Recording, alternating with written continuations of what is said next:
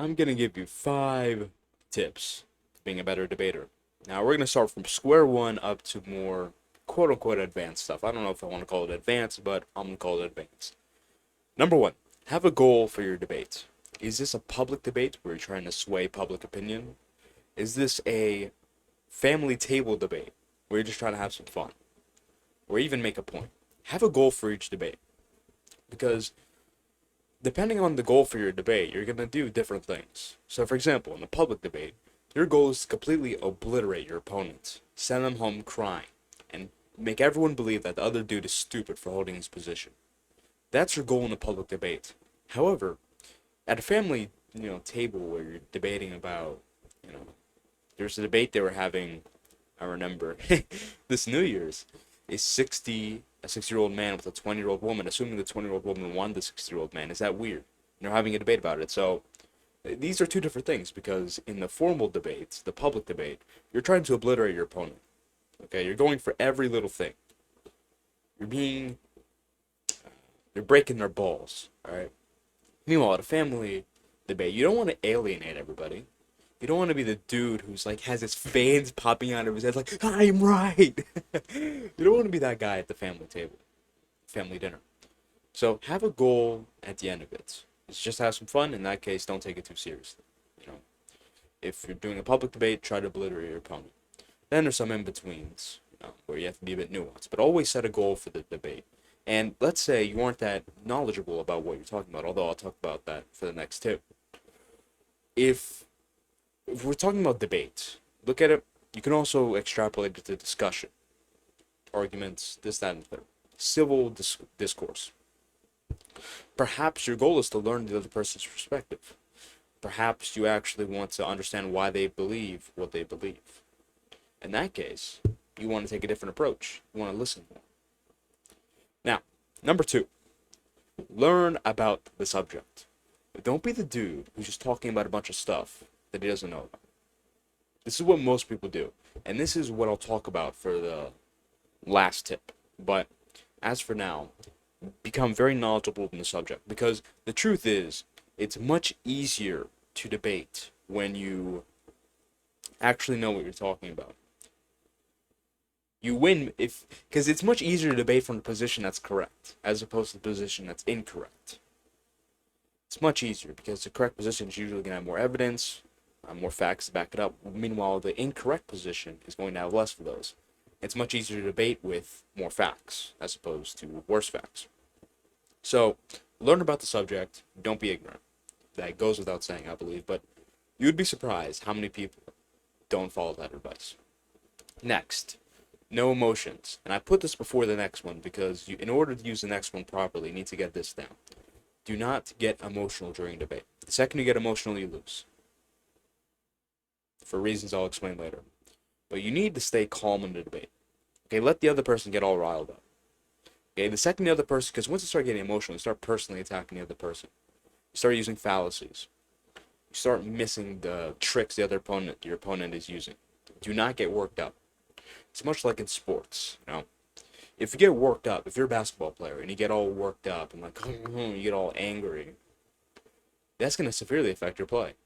Assuming you're not the type of person that gets better when he plays angry, but that's very rare, to be honest. Now, I know in TV shows, anime, and whatnot, they make it seem like rage is like really effective, but it's not. Depending on the sport, it could be more effective, but as a general principle, you want to be in control of your emotions. You should be in control of your emotions. When you get all worked up and riled up, that's not being in control of your emotions. And when you're out of control of your emotions, your logical faculties, go out the window. This is why women are not good debaters. They have emotional, mental states. Now, that's a general statement, obviously. Some women are good at debate, but most aren't. Trust me, I know. Next, learn about philosophy. Now, when I say philosophy, I feel like the first image that comes to most people's mind is, do I even exist? And all this other stupid stuff. When I say philosophy, in this context, I mean learning about fallacies, argument formats, and dirty debate tactics. When I learn about philosophy, these are the 3 main things I learned. And when you learn these things, you learn how to properly argue with people. You learn how what's a fallacious argument, what's a sound argument, and when someone's trying to pull out dirty debate tactics. So let's look at each one. Argument formats. Deductive arguments, where if the premises are true, the conclusion is logically unavoidable. Very strong. Inductive arguments, where the conclusion is just supported by the premises to be more likely than not. And abductive arguments are basically never used in debates, so I won't bother going over that. Learn about those argument formats. Those are very general ones. There's sub-argument formats from each one, but that's very basic. That's all you need to know in order to start debating properly. And what you want to do is you want to make arguments for your position, either deductive or inductive. In general, deductive arguments are going to be stronger if you can put those together. Next, fallacies. So this is something you'll see a lot. If you don't currently know about the fallacies, and I'm going to say look it up because there's a lot of them, and I feel like listening to this video won't be that helpful anyways, because this is the type of thing we have to actually look at the word and definition. If I start listing them out, you're not going to remember. But if you look back at your discussions, and even look at the things you said, you're going to realize that there were so many fallacies. The average debate between two people, even at a higher level, is filled with fallacies. Straw men, herrings, non sequiturs, all over the place. These are the type of things you have to learn about, because this will help you take a concrete position and realize when the other person's messing up, which is going to be the next tip. Like I said, the next tip is crucial. But back onto this, the fallacies. Look up the list of fallacies. Next, what was the last one?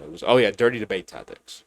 So things like straw men. These are fallacies, but what dirty debaters do is they combine fallacies. They combine the straw man with a red herring, for example. They get the straw man, they get you, hooked onto the line for the red herring, right? And red herring is a subject that seems like it's related, but it's not really. It's a way of sidestepping off the topic. Gish galloping, sea lining. There's so many different things. Just talking really fast in order to overwhelm you. There's so many different dirty debate tactics. And when you learn them, it's easier to catch them. For example, when someone's gish galloping, you can catch it and slow them down. Stop the gish gallop. Every time I say gish gallop, people laugh. I don't know why, but I guess it is a funny word, or a funny phrase. So learn philosophy. Learn those three things, and you're going to be pretty good shape. Next, let your opponents mess up. Last one. Everything I just said is completely ignored by 99% of the population. So if you just let them talk a bunch, they're going to end up doing something stupid. Then that's when you pounce. It's very simple. I've seen this so many times. Because what happens is we're all so eager to speak. And you know the saying, the more you talk, the better chance you have of sounding like complete idiots. Or what's the saying? Something like that. And this applies to most people. Because the second you start letting them talk a little bit, they're going to end up saying something dumb after a minute of talking. Right? So you don't want to be the guy doing that. You want to let the other person do that. Let the other person make the mistakes. Now, obviously, this kind of depends on the situations when I said have a goal in the first place. If you're in a formal debate where you're taking turns, you don't want to just be silent and not making any points, waiting for the other person to come up. You still want to make your points, but, let the other person make mistakes. And look for their mistakes. Because other people are going to make mistakes. 99% of the time, they're going to make mistakes. And I see this all the time. I get in discussions with people. I let them talk. I'm making my points. They're making their points. And then I'm like, all right, well, explain this. I just sit there. 99% of the time, they end up saying something stupid. Either a fallacy, a non sequitur, or, well, I guess that covers everything, but that's a very wide umbrella, right? There's a lot of stupid things you could say that are fallacies. A lot of different things. So, always look for your opponent's mistakes. Always be keen on it. This is why you can't get emotional, because when you get emotional, you start making mistakes. And when you get emotional, you can't catch other people's mistakes as well. So you need to keep your emotions in check so you can exploit this, especially in a public debate. If someone makes a mistake in a public debate, you need to pounce on that. That's going to get clipped, isn't it? No, clip it and make it look like whatever. Let your opponents mess up. That's the last tip. Take these 5 tips. You're going to be the greatest debater of all time. Well, not greatest of all time, because that's me. But second greatest, if you really apply what I said.